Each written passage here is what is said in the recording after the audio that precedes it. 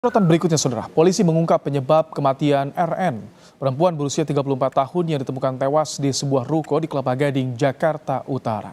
Korban mengalami pendarahan setelah menggugurkan janin yang dikandungnya. Sementara itu, Agustam yang merupakan kekasih korban meninggalkan korban dan membawa sejumlah uang serta telepon seluler korban. Kasus tewasnya RN di sebuah ruko di Kelapa Gading, Jakarta Utara akhirnya terungkap setelah unit reskrim Polsek Kelapa Gading menangkap Agustam yang merupakan kekasih korban. Polisi menyatakan korban dan tersangka sempat sepakat menggugurkan janin berumur 4 bulan hasil hubungan di luar nikah. Namun usai menggugurkan janin, korban mengalami pendarahan. Tersangka meninggalkan korban sendiri sambil membawa uang dan telepon seluler korban hingga akhirnya korban ditemukan tewas. Luka bagian tubuh lain yang terbuka, artinya adalah luka dari dalam, bisa karena pendarahan.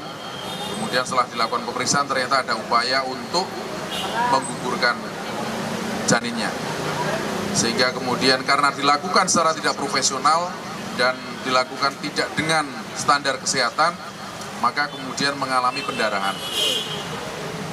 Dalam pengendaraan ini tidak dilakukan pertolongan secara cepat terhadap korban. Sang tersangka justru mengambil handphonenya dari penguasaan korban. Kemudian dia meninggalkan korban, pergi ke Lampung.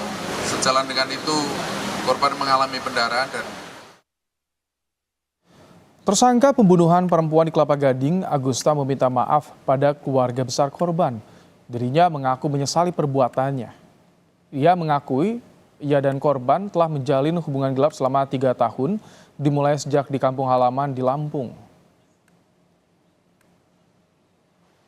Mohon maaf sebesar-besarnya atas kesalahan saya, dan saya sangat menyesalinya. Semoga korban diterima di sisi Allah Subhanahu wa Ta'ala. 3 tahun, Pak.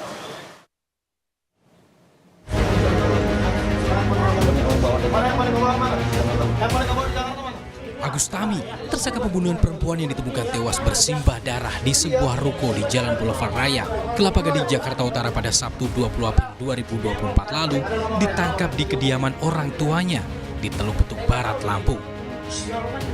Penangkapan pelaku dilakukan berdasarkan olah tempat kejadian perkara yang dilakukan kepolisian saat menerima laporan penemuan jenazah korban.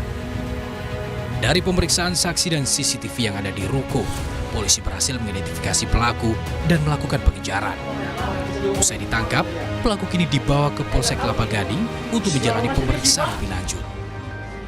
Di Jakarta terjadi peristiwa pembunuhan yang terduga pelaku dan tersangkanya berasal dari Bandar Lampung, yang itu tepatnya di Jalan Haji Sulaiman, Kelurahan Keteguhan, Kecamatan Teluk Betung Timur, Kota Bandar Lampung.